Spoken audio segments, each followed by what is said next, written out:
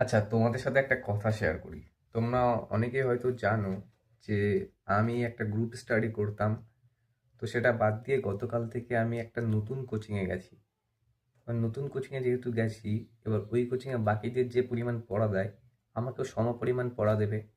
আর আমি কোচিং থেকে এসেছি বিকাল 5টার সময়। এবার আজকের যে পড়াটা আমি পড়তে শুরু করেছি কালকে রাত 8টার সময়। এবার যখনই অত পড়া দেখেছি আমার মাথা ব্যথা শুরু হয়ে গেছে। আমি ভাবছি এত পড়া আমি কি করে করব। পড়তেও বসলাম 1 ঘন্টা, কিছুই মনে থাকছে না। আর আমি ইউটিউবে সার্চ করলাম যে পড়া মনে রাখার উপায়, কিভাবে সহজে পড়বো। কোনো কিছুতে কাজ হলো না। এবার আমি কি করলাম, আমি ভাবলাম যে শুয়ে পড়বো। সব কিছু অফ করে শাট ডাউন করে আমি শুয়ে পড়লাম। আর ভোর 4টের সময় আমি অ্যালার্ম দিলাম আর ভাবলাম যা হবে পরে দেখা যাবে। এবার ভোর 4টের সময় উঠলাম আমি। উঠে পড়াগুলো করলাম। কাল রাতে যে পড়াগুলো কঠিন লাগছিল, সকালে সেই পড়াগুলো ইজি লাগলো। আর এখন বাজে 9টা, মানে 4 ঘন্টার মধ্যে আমার পড়াগুলো কমপ্লিট হয়ে গেছে।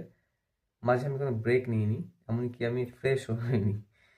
বাকিরা ফ্রেশ হয়ে তারপর পড়তে বসে, আমি পড়া শেষ করে তারপরে ফ্রেশ হচ্ছি। তারপর এটাই বলবো, যখন পড়তে ভালো লাগবে না, কোনো কিছু না ভেবে শাট ডাউন করো, শুয়ে পড়ো। যা হবে পরে দেখা যাবে। আর একটা কথা, আমি কিন্তু ভিডিও বানাই ভিউজের জন্য না, সাবস্ক্রাইবারের জন্য না। ঠিক আছে?